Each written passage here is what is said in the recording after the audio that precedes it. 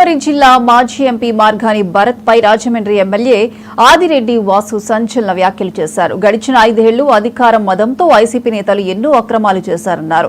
రాజమండ్రి మాజీ ఎంపీ భరత్ చేసిన అక్రమాలు ఒక్కొక్కటి బయటకు వస్తున్నాయన్నారు. గౌతమి కోఆపరేటివ్ సూపర్ బజార్ కు చెందిన భూమిని అక్రమంగా భరత్ అన్యాక్రాంతం చేశారని ఆరోపించారు. 11 ఏళ్ల లీజ్ అగ్రిమెంట్ ను 33 ఏళ్ల సబ్ లీజ్ కు మార్చేశారన్నారు. దేశంలోనే ఇటువంటి మోసం ఎక్కడా జరిగి ఉండదన్నారు. కార్యవర్గాన్ని సైతం రద్దు చేసి అక్రమాలకు పాల్పడ్డారన్నారు.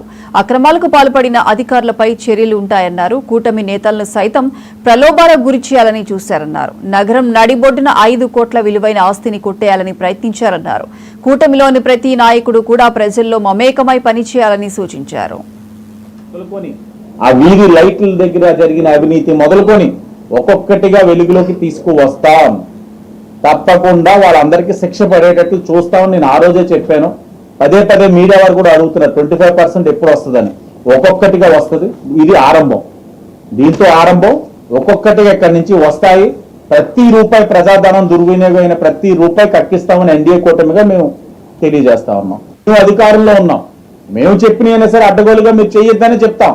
ఎందుకంటే ప్రజలకి జవాబుదారంగా మనం ఉండాలి. ప్రజలు అన్ని గమనిస్తా ఉంటారు. అక్కడ నడిబొడ్డున 5 కోట్లు విలువ చేసే ఆస్తి మీరు ఎవరికో మెప్పించడానికి ఆడిచ్చిన సూట్ కేసులు కట్టపెట్టేశారంటే ఏం సందేశం ఇస్తా ఉన్నారు మీరందరూ? ఈ ప్రబుద్ధుల వైసీపీ వాళ్ళు ఇప్పుడు ఈ ప్రబుద్ధుల వచ్చి మాట్లాడుతూ ఉన్నారు నీతి నిజాయితీ గురించి, సాంప్రదాయాల గురించి, నీతి నిజాయితీ గురించి, రాజకీయాల గురించి ఇలా మాట్లాడేది వైసీపీ వాళ్ళు.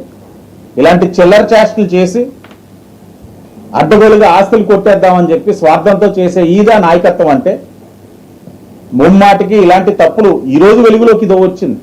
ఇంకా ఎన్ని అంశాలు రోజు రోజుకి వస్తాయన్నది మేము ముందే చెప్పే ఎలక్షన్ ముందు. ఏదైతే నగరంలోని చేసిన పనుల్లో అవినీతి నుంచి మొదలుకొని, పార్కుల్లో అవినీతి మొదలుకొని, ఆ వీధి లైట్ల దగ్గర జరిగిన అవినీతి మొదలుకొని ఒక్కొక్కటిగా వెలుగులోకి తీసుకువస్తాం. తప్పకుండా వాళ్ళందరికీ శిక్ష పడేటట్టు చూస్తామని నేను ఆ రోజే చెప్పాను. పదే మీడియా వారు కూడా అడుగుతున్నారు 25% ఎప్పుడు వస్తుందని. ఒక్కొక్కటిగా వస్తుంది. ఇది ఆరంభం. దీంతో ఆరంభం ఒక్కొక్కటిగా ఇక్కడి నుంచి వస్తాయి. ప్రతి రూపాయి కక్కిస్తామని ఎన్డీఏ కూటమిగా మేము తెలియజేస్తాం. విజయనగరం జిల్లా గజపతి నగరం